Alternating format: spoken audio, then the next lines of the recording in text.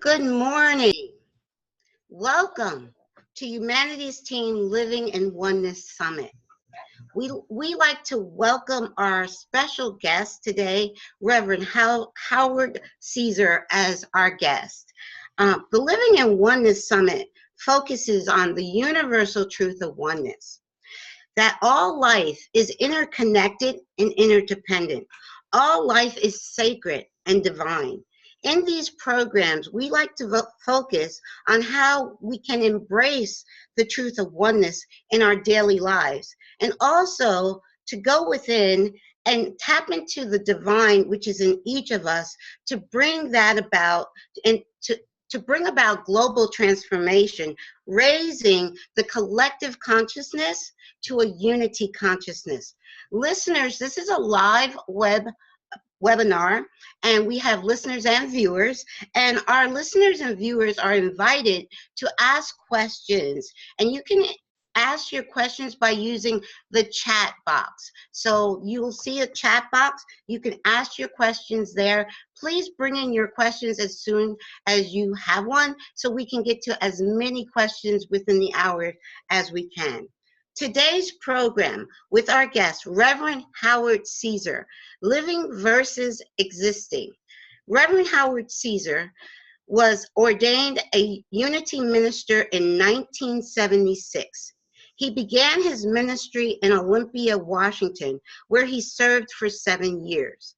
In 1983, Spirit led him to Unity of Houston, where he has been senior minister for the past 33 years.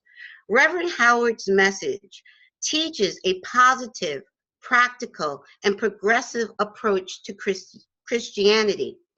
He is recognized as one of the foremost leaders and speakers of the New Thought message. Reverend Caesar's vision and global outreach includes traveling the world, meeting with spiritual leaders such as His Holiness the Dalai Lama.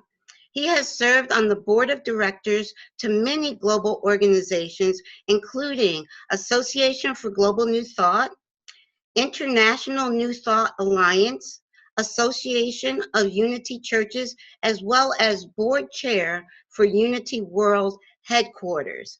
Welcome, Reverend Caesar, to Living in Oneness Summit. Thank you so much for being with us. Thank you, Caroline. I'm delighted to be here. Really am. I'm looking forward to our chat today. Yes, so am I. This is normally Steve Farrell, our director, is normally in this spot. Today he's on vacation, so we're hoping he has a wonderful vacation and comes back very well rested. So, Great. Reverend Caesar, please, I'd like for you to share your journey with our listeners so they can get a sense of who you are. Great, I'd be happy to. I grew up in the Midwest and in Wisconsin, a small town in Wisconsin, and I was attending as a child a pretty traditional church, kind of a hellfire and brimstone church. And I can still remember going back to a moment as a child coming out of the service, and actually my mom would drop us off and then we would attend and then she'd pick us up. So we were out on the front steps of the church. And I can remember being there with my older sister and just sitting there after hearing a lesson, which was pretty frightening, and actually having the strong thought come to me that all that fear, just let it go. You don't need to fear God. You don't need to fear, like a going to hell thing. You just need to be about love. And I remember that even as a child, that it was something in me that said, just let that go. And so even through grade school and high school, I always had a sensitivity around the importance of that we're all really one and that we're all connected in some way. I don't know, maybe it's a former life or something that I had some of the seeds in there. But I remember in high school dating a girl, and she was Catholic and I was Protestant, and I can remember that was a stress point for parents, because it was really back that time, years ago. Of course, we've gone beyond that a good bit now, but that was a concern, that they didn't want their daughter to be marrying a Protestant. They wanted to keep it in the family that they were Catholic, and I can remember how silly that was. But then continuing on, being that it was about oneness, and I always felt like and questioned the idea of that, God was in everyone. Even though I grew up Christian and they seemed to say that you had to be Christian to be able to have salvation, I always had the sense within myself that I didn't believe that if somebody grew up on the other side of the planet and they were Hindu or Buddhist or something else, that doesn't make sense. I don't believe in a God like that. So instinctively and intuitively, I knew that. So when I was trying to figure out what I was going to do with my life, my father had his own business that was in construction, an element of construction in our town, and it had been in the family since going back to a blacksmith shop. And so it was sort of looked upon as something that I was to take over, because I had been in the family so many years. But I was not at all guided to do so. I worked for my father for a bit until I found unity. Unity for me was a path, and I preface that by saying it's not the only path, because I've always believed that everyone has their own unique path, and there are many paths that feed us. But it was for me a place where there was an openness to the idea of honoring all paths. And I remember the first day that I went, this particular Unity minister, first day I went, he said, we welcome anyone who's here for the first time, and we hope that you'll want to return. But if you don't, we pray that you find your right and perfect place. Well, I thought that was so spiritually mature. This guy wasn't concerned if you stayed or not, just that you find your right place. So I was hooked, and I eventually became a Unity minister. And as you mentioned, to open the program, I was ordained in 1976. And my first ministry was in Olympia, Washington. And I just need to go back and say in a moment, I grew up with my backyard being a woods that went on for miles. So I was embraced by nature growing up. And I felt that closeness and that connection, that energy. And that has always stayed with me. So when I took my first ministry in Olympia, our ministry was at the end of a dead-end street. The church opened up into woods, and there were deer jumping around at that time. It's been built up around there since, but I again felt the nature of the Northwest, mountains and waterfalls and salmon jumping and fir trees, and that energy was incredible. So I was there for 7 years, had a great, wonderful, meaningful time, and then I was called to Houston, Texas, and wonderful people, both places, but it was a big adjustment to me coming to Houston, mainly because my body felt like it was in withdrawal from the energy of all the nature of the Northwest. There's a lot of pavement and so forth that is part of Houston. And like I say, the energy of the people was great, but my body actually had it and went into withdrawal. I would look around for a woods. For the first 2 years, I had that sensation, such that I had to go to a park to eat my lunch or whatever in order to get through that time. I so missed it. But anyway, my life continued on, and I have a member, I was a founder of the Association for Global New Thought with people, wonderful people. I don't want to leave anyone out, but Barbara Marks Hubbard, who's a futurist, and Michael Beckwith, and Mary Morrissey, and Roger Teal, and others. And that was a wonderful experience, because it was about bringing humanity and the world together in oneness, and continues to be, and it's a wonderful organization still going on. And we, some of the most meaningful parts of that is we had conferences which were about bringing people together in oneness, and of all different walks of life. And we had what was called the synthesis dialogues with His Holiness the Dalai Lama, the first one being in India itself, and that was very, very powerful. We brought world leaders from around the world to talk with him and dialogue together about what it is that we could do to bring greater oneness into the world and healing. And we had two more. The other two were in Italy, actually, with His Holiness the Dalai Lama, in which we were able to spend really a week in his presence, and with meetings and chatting with him. And it was very, very powerful and meaningful time in my life. from then I've gone on and been in other organizations and on other boards related to serving, and been a chair of the Unity World Headquarters. And the thing that drew me to Unity, of course, was unity means oneness. It's about oneness with God, oneness with each other, oneness with all life, and that openness of being able to honor all paths in its teachings as well and draw from them the universal teachings. But from there, I have in Houston expanded and deepened myself by going to the Oneness University in India, and I've been there about 10 times now. And it's a personal growth thing. I don't take a group.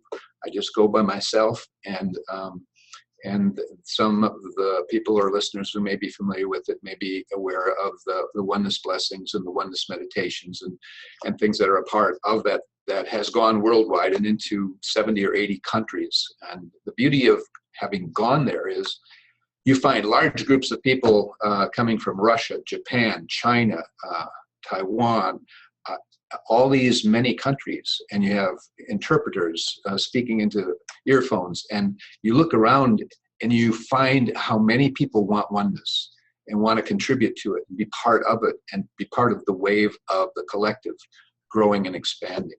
So that's been very meaningful, and this has been basically the last about 10 years that I've gone once a year for that. And the only other thing I will mention is I do take groups to John of God in Brazil on pilgrimages, and I've taken people on other pilgrimages with my partner or friend, Mary Morrissey, to Egypt and Bali and the Holy Land and various places. We've had wonderful, meaningful times experiencing other cultures and lands and ways of worship and things. But John of God has been very meaningful too in the idea that it's otherworldly, and it opens you to the awareness of being connected to dimensions beyond the veil, and all the help that we actually have access to if we choose to activate it beyond what is visible. And it's all God, and the many ways in which God is there to access has been very, very powerful and a learning experience.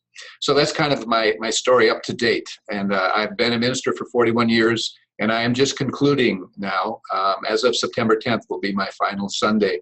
I will be leaving pulpit ministry and going on to something new. I've written a book, and I look to do some speaking and workshops and consulting and continue to travel to John of God and take groups places. And so other things are unfolding for me in serving. Wonderful. Oh, your story just touched my heart in so many ways. I feel like such a kindred spirit with you in the sense of all those journeys that you went on as far as a child. I was sent to Catholic school, and at 4 and 5 years old, I felt the same way you felt when things that were being taught to me as a young child did not resonate as true. But I was brought up in the 60s, and I was brought up children are to be seen and not heard. So even though all the message, well, not all, but some of the messages that were coming to me from Catholic school and Catholic church didn't resonate for me, but I was taught I'm a child, I don't know anything, so I can't question it. But I understand exactly how you feel, and also with the nature. I live in the Poconos, and that's one of the reasons I live in the Poconos. Oh, yeah. My backyard and my front yard are trees. Yeah, I see nothing but trees, and there's a lake a few miles away that I get out there 2 or 3 times a week just to meditate and journal, and I that connection to nature. So yeah. I just resonate with everything you just shared so much. Yeah, like, yeah. You're my brother. Caroline, I need to tell you, I did marry a beautiful Catholic girl. Oh, good. and actually, the Catholic priest and my Unity minister were able to perform the wedding together. It was very unique, and this was a very progressive priest. And so I've been married to a Catholic girl, although she was very much able to make the transition, cross the bridge into Unity, and has worked with me all these years as well. Beautiful. That is wonderful. I was about to say you're my brother from another mother. I like that. But the other thing too that you touched upon was all paths lead to God, and I, from a very young age, believed that. That matter of fact, when I came out of a meditation once, I even drew like a sun, like God is the sun, and all these rays, and it's all leading to God. That just came to me in a meditation, that diagram, and I drew it. And like you said, um, all, all roads lead to God, and my awakening to oneness came from science. Came Oh, from yes, from quantum physics. So okay. I studied metaphysics off and on for many years, and I resonated with it, but I didn't understand it until I understood the truth of oneness. And the truth of oneness for me came from quantum physics, from what the bleep, actually. Oh, is it? That's right. Oh, yeah, Yes, familiar with that? yes, because science and spirituality are saying we are all one, we are all interconnected. So Yes. thank you so much for sharing that story, your story, because it just touched my heart. And I believe that's what we can all do. We all have a story to share that can touch and inspire others. So thank you so much. Now, Hmm. I want to ask you, the title of this program is Living versus Existing. Can you share more on that?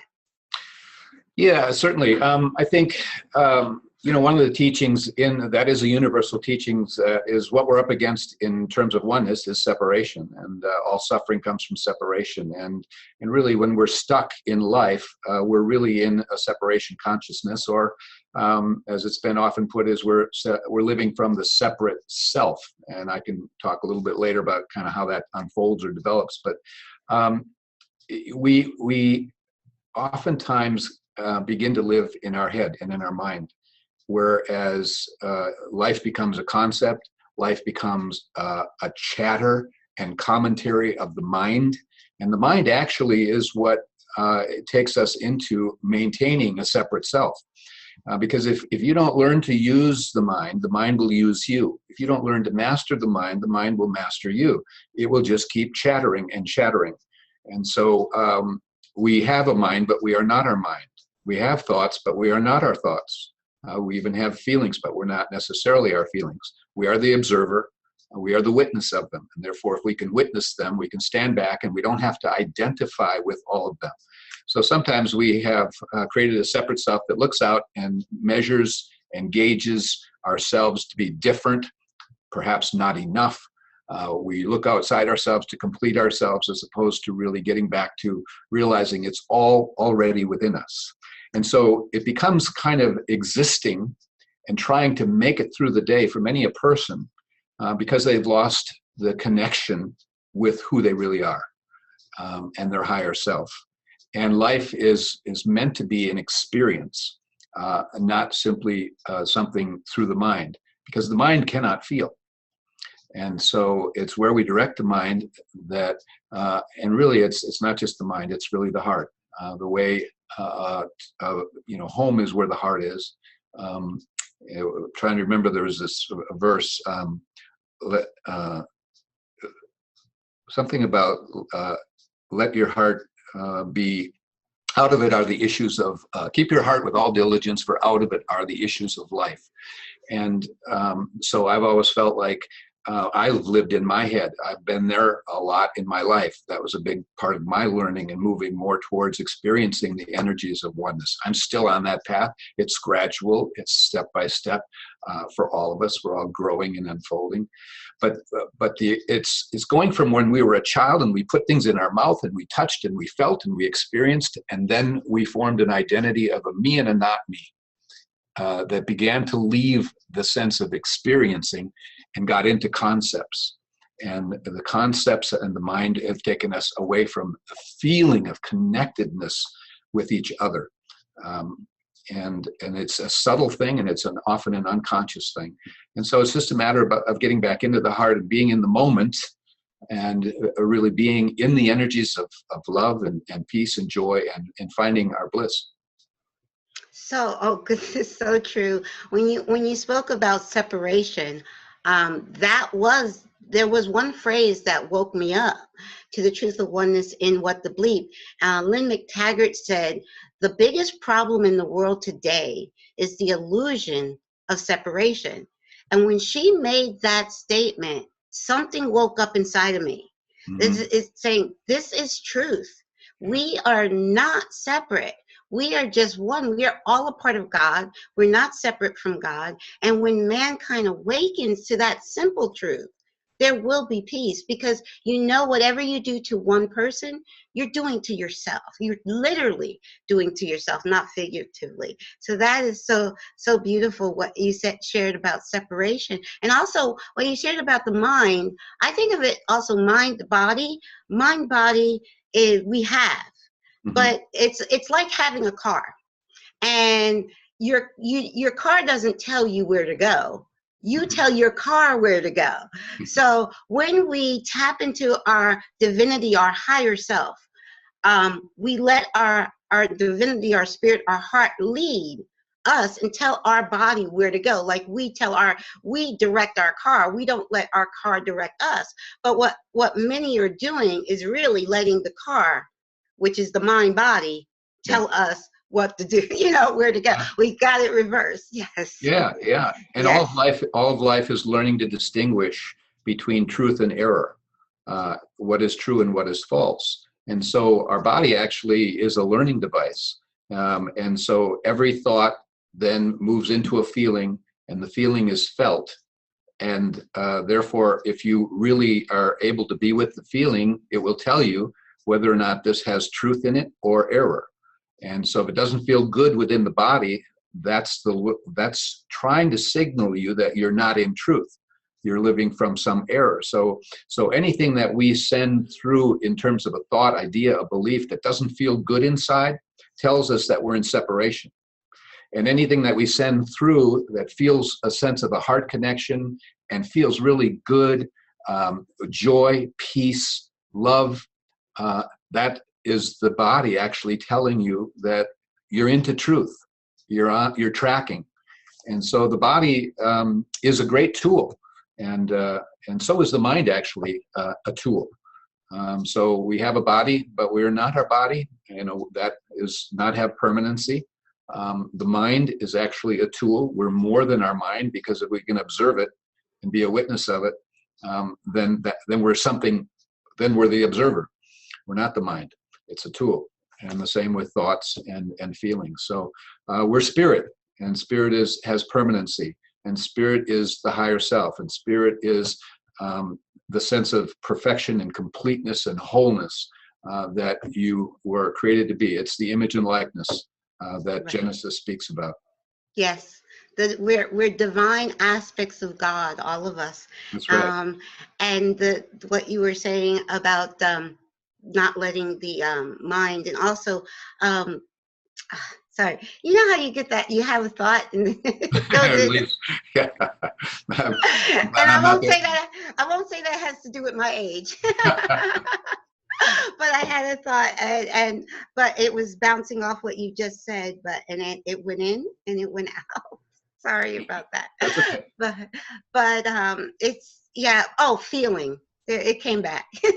Feelings. Actually, society has taught us, especially when we're young children, society teaches us to ignore our feelings. Even sometimes religion I've heard that in Christianity, in some churches, they teach you to ignore your feelings, to pretty much kind of toe the line and ignore your feelings, push them down.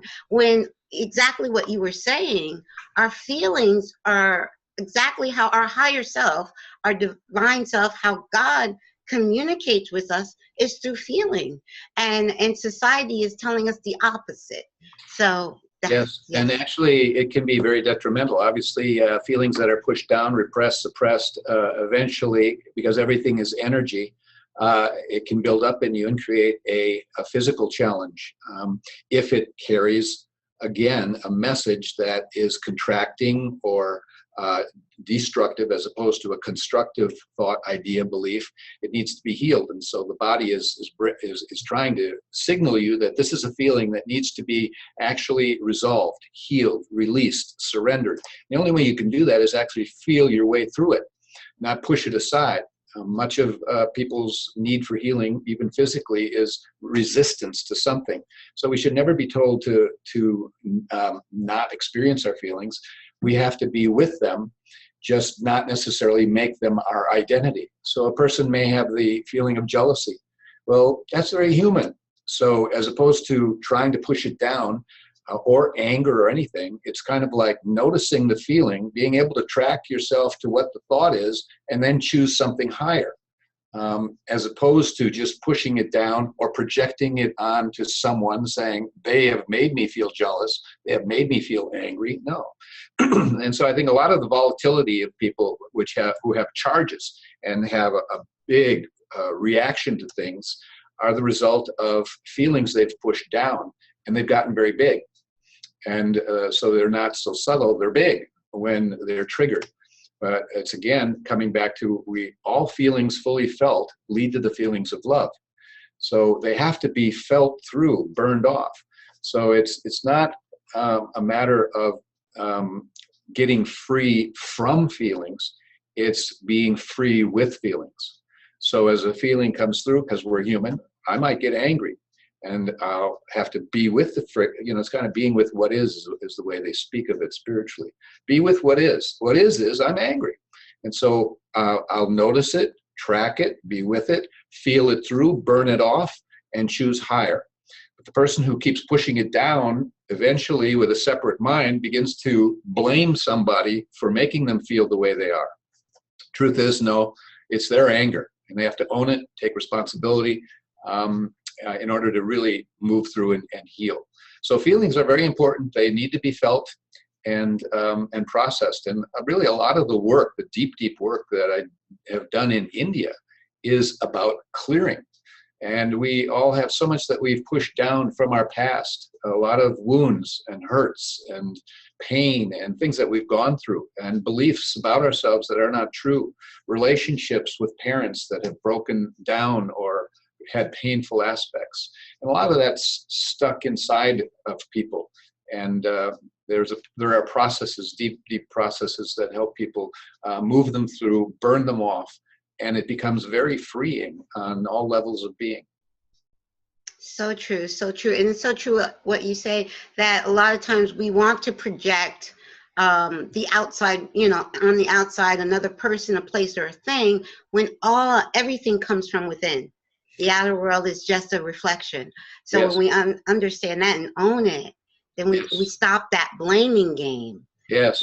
So much of the world is crying for love, and it really starts with loving themselves, because the world doesn't know how to love, because much of the world, let me say, because they themselves don't love themselves. So you're asking to complete yourself by having somebody else give you something from outside of yourself that they're not capable of giving you, because they're still healing and they're still growing to the place where they really are able to love themselves. So much of life and what's going on in the world is often a cry for love. And we, again, oneness is about becoming, returning to being one with ourselves as well, the God within, loving ourselves, total acceptance, unconditional love. And that's a process. So many people have really deserted themselves, consciously or unconsciously, in terms of living from the idea that they're not good enough. And they need to come back to totally embracing and loving themselves unconditionally. Very true. That way, that's the only way you're going to be able to really move into love and oneness with others and the world, and create that energy field around you. It starts with loving yourself. Yes, so true. And like you said, actually, in truth, it's all love, because it's either love or a cry for love, but it's all love. That's right. Very, very true. Yes. Can you share about your book? You just recently released a book. Please share. Yes. It's called 1 + 1 = 1, Making Oneness a Way of Life. And basically, you know, 1 plus 1 in Earth math is 2, right? And so we have grown up with the idea that anything outside of ourselves, other objects, they're separate and apart. And so whether it's me and a tree makes up 2, me and an apple, that makes 2, me and you, that makes 2, separate and apart. And what I wanted to say was that 1 plus 1 is a universal principle that always concludes in 1. 1 in anything, because it's all God. The truth is, it's all one life, one energy, one intelligence. And so therefore, 1 and whatever else you want to put there, a tree, an apple, a person, the earth, adds up to 1. Because I love what Empedocles, who was a Greek philosopher from 500 years before Christ, and he said, God is a circle whose center is everywhere and whose circumference is nowhere. And so that means that everywhere in every place in and throughout this universe is the center of God, the allness of God, the energy of God. So there's no place where God is not.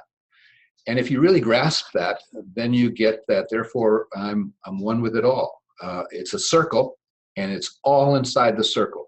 Same way that you cannot separate out the cells of your body so much, really. They're all cooperating and coordinating to create the wholeness of you. And so it's all one great whole that is God.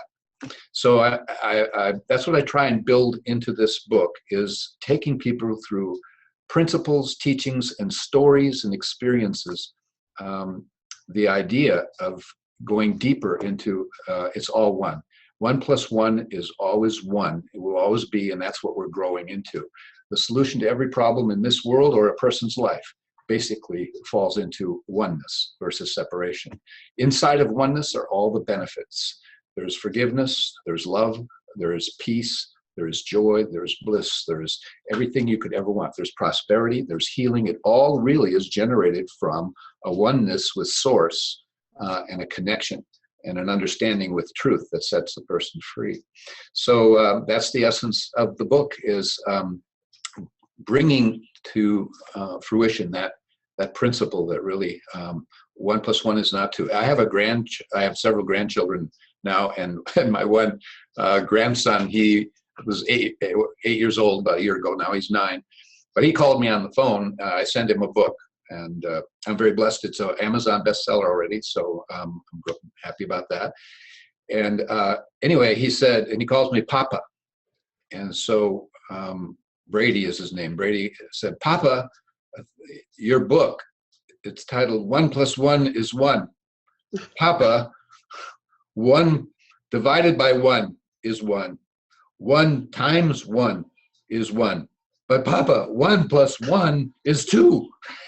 So he's been learning his principles of arithmetic and adding, dividing, and multiplying. And it was really a cute and funny conversation on the phone. And I said, well, you will come to understand in time that spiritually, 1 plus 1 is always 1. That's so beautiful. I have a grandson too who actually just turned 7, but that's so beautiful. I think we have a graphic of your book I'd like to share with our viewers so they can find your book on Amazon. Can we share that graphic if we have it ready? Garth? Yes, so 1 plus 1 is 1. Awesome. Great.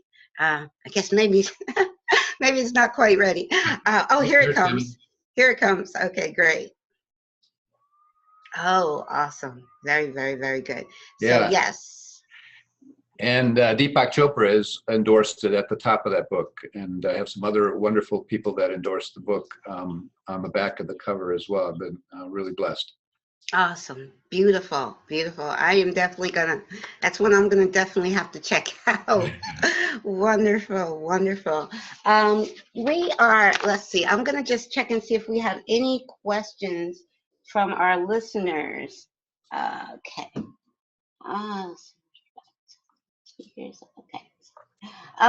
Well, one question that has come up for me is we talk a lot about oneness on this program. Living in oneness is all about daily living with oneness. Can you share with our listeners, our viewers, what tips or recommendations you can give in their daily lives to bring oneness into their daily life? Certainly. One of the things that Jesus said that I use as an affirmation on a regular basis is, he said, I and the Father are one. And so I like to use that actually as an affirmation again and again and again. I and the Father are one. And one other thing that that goes along with that Jesus shared was a prayer. And he said, the glory that you have given me, I have given them, so they may be one as we are one. And so that is a verse that has always stayed close to me because Jesus is stating that the same glory of oneness that came to him, he had given us through his teachings and that understanding, and that we were to awaken to the oneness that he knew, that it exists for all of us.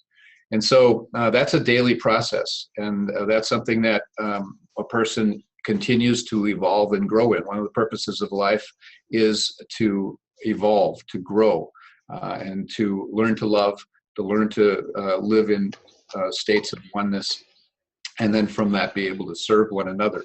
But meditation is big. Meditation has always been a big part of my life. That's powerful. People who, if they don't meditate, they should begin that practice. Daily prayer, affirmations of oneness. There are different approaches to meditation and techniques that awaken you to it. One of them is a dot, and you close your eyes and there's a dot, and you think of the dot in your heart and then allow it to expand out. And the dot is simply love and light and the light of God. And it continues on out to encompass your household, your family, your place of work, your state, your nation, the earth itself, so that actually you are, extending that energy of and prayer of oneness to the world. The more that you give, the more that you receive as well. As you sow, so shall you receive. So that's a big part of it. And also, I think it's just starting with each day with the intent. What can I do that will be a statement of oneness? Might be with the people you work. It might be just doing something kind, just looking for a way. It's also just having that intent to identify with the part of you that says, I'm one with my higher self. I'm one with love. I'm one with joy. I'm one with peace. I'm one with every person. You are me and I am you. And just begin to live from that. We talked about nature, and I mean, I have now a nice yard with flowers, and I literally walk out into that yard each day and connect with those flowers, and because they are a living being, and they are shining beauty to me, and so I actually take time. Beyond a meditation, it's an open eye meditation to just be with viewing the idea that God is everywhere in all things. For a person who may not have a yard with flowers, it might be go to a park. It might be get some pots of plants around you. But it's also just noticing at the end of the day too what it is that you have learned. What it is that you felt that felt connected, and what were the moments that you felt disconnect, and what it is you can do to heal that, to move back into states of oneness. It's simply having the desire, the readiness, the willingness. Spirit will, believe you me, Spirit will reveal to you what is next in terms of your growth and what it is you need to heal to get into the energies of oneness more deeply. That's so true, and so beautiful. We do have a question from a viewer. Joanna has the question: with all the crazy things going on the planet today, many Christians are not acting Christ-like. What would be your recommendation? Well, again, I think ego is really the term that is used for the separate self, edging God out. And religion does have ego in it. anytime there's a religion that feels or paints a picture or a teaching that they're superior to another path or person, that's ego speaking, and it's really not the spirit. So people may be declaring themselves a Christian or any other path. So not to single out Christians by any means, but it doesn't necessarily mean they are going to live it. That's just a label.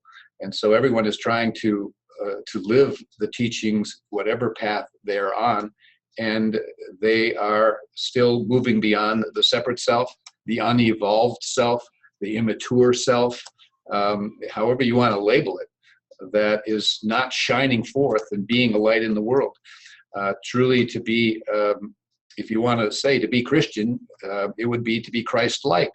And to be Christ-like is to all of us be extending light and love and a constructive message, beyond hate, beyond separation, beyond attack. Really any attack that we place upon another is upon ourselves, because there's something rooted in us that would seek to do harm verbally or any other way to another. So I think, what we're seeing in the world is, as we've seen through decades and centuries, is there is an unfolding consciousness, and some people are waking up and some people are not. But what's important that I really want to get across today is that those individuals who are conscientiously, truly working on themselves to be more loving, to deepen the energies of oneness within them, to awaken and create a field around them, which has been spoken by masters and avatars, as you really embrace a deepening consciousness of oneness, that the awakening and the work that you do impacts and offsets and counterbalances those people on the planet that are unawakened, that are still have a ways to go. That basically the light that is coming through those people who are making advances is really holding the earth together and humanity together. It has been in India, they talk about a truly awakened soul is able to offset 100,000 people, impact them, those who are not. So for every awakened person, they are actually, their field is counterbalancing and offsetting those who are separate to the tune of 100,000 people. And so we're all part of this collective, and there is a field of energy that is balancing itself. It's just like in the soup, there's salt and things that are adding flavor, and then there may be some things that are not. And so it all is a mix, just as light and dark. But light always dispels the darkness, and there are people who are truly living from it. I feel like as much as one looks in this world now and sees a lot of complications and people against people and things, I feel that something good is happening, that there is contrast, and that people are seeing the contrast, and it's reminding them of really who they have come here to be. And it is glaringly obvious to more and more people what is being displayed is not who we are and not what it's to be about. So the problem becomes defined more clearly, and that leads to the solving of the problem. And more people will be activated towards returning to or moving toward greater wholeness and love and light. And also this is cathartic. We talked about feelings being pushed down. There's been a lot of feelings that have been pushed down, and they're almost volcanic. And so to some extent, they're now being burned off. And as they burn off, eventually there's a greater peace and a going forward and progress that follows. So true, so true. It's like Einstein said, you can't solve the problem with the same mindset that the problem was created with. Geeta, one of our viewers, says she finds it very difficult to meditate. Do you have any suggestions for her? Yeah, many person states that it's difficult to meditate, and that's because really our mind has had its way. And so when we try and quiet the mind, it just keeps chattering. and there's a constant commentary, and it's like, oh, I've got to buy this at the grocery store. I can't forget to do this, or there's all these things coming in. So meditation is simply a process in which you're trying to quiet the mind, and that doesn't happen right away. So give yourself a focus, give yourself an affirmation or a word, or focus simply on your breath. Keep it simple. And when you notice you're not any longer focused on your breath, don't beat yourself up. Don't condemn I'm not doing this well enough. I'm not doing it good. Meditation doesn't work for me. Don't go to those thoughts. Just simply lovingly bring yourself back to your breath or whatever the focus is. And meditation becomes all the more effective the more you do it. So make it a steady diet, a daily diet. It's good to do it in the morning. It's good to do it at least, I feel at least 30 minutes. If you can. If you're starting out, do 15. But it's just trying to quiet the mind, be peaceful, and focus on your breath, or simply the presence of God, or simply stating over and over as you breathe in and out, love, I am peace, God is here, whatever it is that touches your heart. So you quiet the mind and try to connect with the heart. Thank you. I was just reading a question from one of our panelists, Rima. She says it's difficult to find love and a cry for love and things such as acts of children trafficking, women being abused, all the horrific things we see in our society. So she's having difficulty seeing love and a cry for love in those things. Yeah. Again, there are different degrees of separation. Some are horrific, some are extreme. And so some of the things that people do, they have no respect for how precious life is and other people and other human beings, and they do things that are atrocious in our minds. We don't and can't imagine how they would do it. We're certainly not making it okay. Saying that it's a cry for love is not in any way explaining it away. It's simply another statement that somehow they have separated out from who they really are, have lost the connection with the heart, have some kind of a mind dynamic that justifies whatever it is that they're doing. And things go on in the world where those are evidences of people who have totally lost touch. They're totally in their ego. They're totally in the separate self. So again, it just makes it all the more important for her and others to bring light to the world, and actually to bless and actually send light to that person, because we're all connected. And really, if you have the intent and the prayer to send light to a person who would be doing such a thing, again, there may be an opening, and there can be an impact. Never underestimate the power of prayer. Yes, so true, so true. And truly, with oneness and understanding the truth at a heartfelt level, because some people, like you had mentioned earlier, that a lot of people are on board with oneness. I mean, millions. Yes. But really understanding at that heartfelt level, there is no separation. So there is no saying, oh, that person's doing such and such, because that person is not outside of you. Mm-hmm. So that person is a part of you, and that person there's an aspect of the whole of God that needs healing. Right. So when you look at it that way, you understand that there's nothing but love, because there's nothing outside of God. Yes. So that person that you're saying, you're observing and putting judgment that they're doing something horrific, but that person is not outside of God. So whatever judgment we put on that person, we're literally putting on God. Well, yeah, I guess, all there is, it gets complicated when you pull out a real extreme negative, to explain it.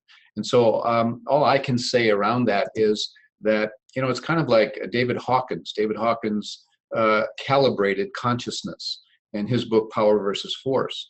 And it was between 0 and 1,000.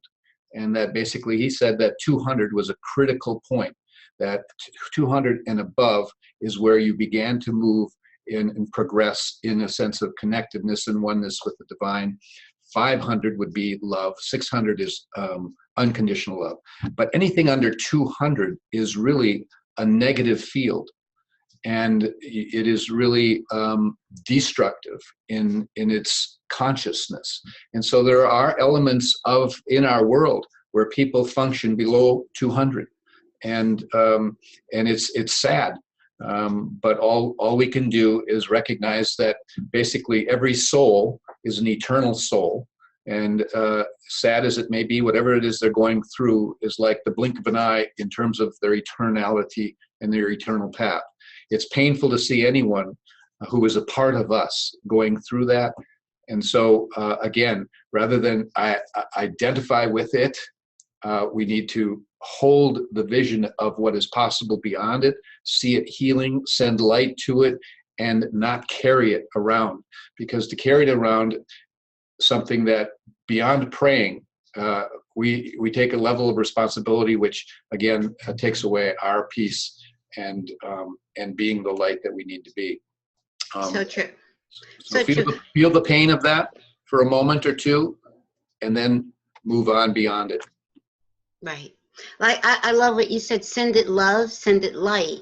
But when we do the non-judgment, not judging it, send it love, send it light, and know that we know that everyone is an eternal being. So like you said, what they're going through or that situation is a blink of an eye. And in truth, it's the experience, it's not really in reality, because science has proven nothing is physical, nothing is solid. I learned that in 7th grade, actually. 7th grade science class, when we were studying molecules and atoms. I'll never forget my 7th grade science teacher saying, nothing is truly solid. So science has proven we're not living in a solid universe. We're not living, so we're just experiencing it. And how we experience it, we can actually choose to send it love and light and not have a lot of judgment around it, and then move past that. Like you said, not carry it around with you. Exactly. Yes. If there's something that you can do to change something, do it. But there are certain things that are out of our control. And so when we see something like that happening that hurts, feel the pain, feel the hurt. Don't stay with it. Don't continue to identify with it. Feel it through, burn it off, send it light, and move on in a positive, constructive way with your life. So true. So very, very, very true. So I think we are actually I can't believe an hour went by so fast. You have been such an amazing and wonderful guest. We have a few announcements, but before you go, we do want to have a few minutes with you too before you go. But before we get too far in time, let's go over some of our announcements. Humanities Team is a 501c nonprofit organization, and we host these programs for free. We share them with our listeners and viewers for free, and it costs about $1,000 to produce these programs. So we are an organization that is sustained by donations.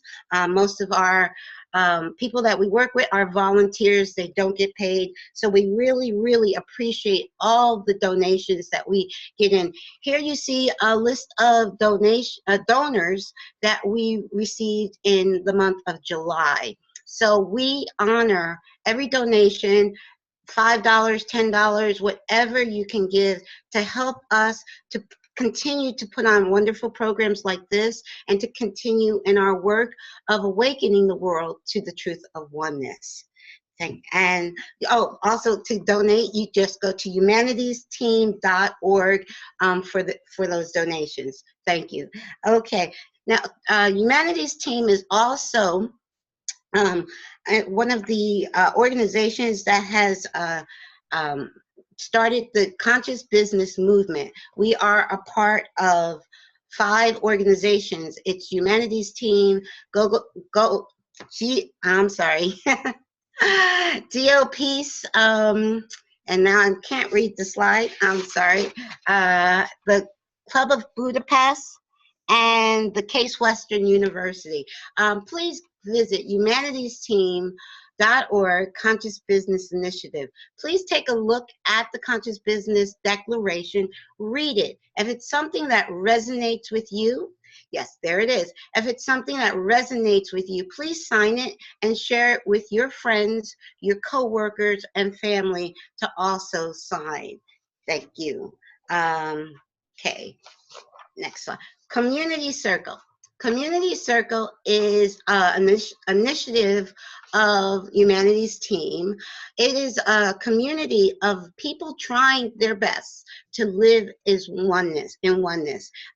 It's a community that you can join for $10 a month or $100 a year. Basically, these are donations that will help support the work of Humanities Team. And also, by joining, you get unlimited access to all of our programs, all of our Living in Oneness program, 12 Spheres program, and also Global Oneness Day. Okay, and we also are inviting you to go to humanitiesteam.org and go to Oneness Declaration. Please read our Oneness Declaration, and if it resonates with you, please sign it and share with your friends. You can share it on social media, share with your families and friends on social media, Twitter, Facebook. Just we're trying to collect as many signatures as we can because we want to go back to the UN and have Global Oneness Day, an official observance day on the calendar. Thank you. Okay, our next program, Living in Oneness, which will be hosted by Steve Farrell, is Living in Oneness with Tim Freak and Steve on the Living in the Big Love. And that will be, that I'll tell you when. Okay, that will be Friday. A Friday, not a Thursday. That will be Friday, August 25th. 2017 at 9 p.m. Pacific time. That will be our next program with Tim and Steve. Okay, coming up very soon is our 8th annual Global Oneness Day. Global Oneness Day is every October 24th, and we have an amazing lineup of speakers. It's an all-day program, over 12 hours. It starts at roughly about 8 o'clock in the morning Pacific time and goes to past 8:30 p.m. Pacific time. So it's an all-day event. You want to go to globalonenesssummit.org to register for Global Oneness Day. And this year, like everything we're doing in Humanities Team this year, is video. So this year will be the first year that Global Oneness Day will be a video program. You don't want to miss it. Okay, and again, our guest today, Reverend Howard Caesar. We definitely want people to check out your book. It's something, 1 + 1 is 1. It's so cute. Your grandson said, no, it's not. That is too cute. So Reverend Howard, can you please just share some final words with our listeners before we close out the program? Yes. I love what Meister Eckhart said. Each person is the inlet and may become the outlet of all there is in God. And so I just leave everyone with the thought that they are God. They are a dimension, expressions of God. They're beautiful, they're wonderful, they're magnificent. Jesus himself said and quoted the Hebrew text saying, know ye not that ye are gods, and that this is stated in the scriptures. And so we just need to remember to identify with the highest that is in us. And remember that we've come here to be love. We've come here to grow and evolve into deepening states of oneness, so we really are able to better serve the planet, make a difference, contribute to the wholeness that we're trying to bring forth in a planet we all share. Thank you so much. It's been my honor to have you with us today. You shared such beautiful, wonderful wisdom and insight, and thank you so much. And I want to thank my team at Humanities Team, Garth Catterall, Nanette Kennedy, Dee Myers, and for helping put on this program, and especially thank you, the viewers, for tuning in. And remember, if you miss any of the program or you want to replay the program, it will be available through the weekend. Thank you so much. Thank you. Thank you, Caroline. Thank you. Thank you. Thank you. It's been my pleasure.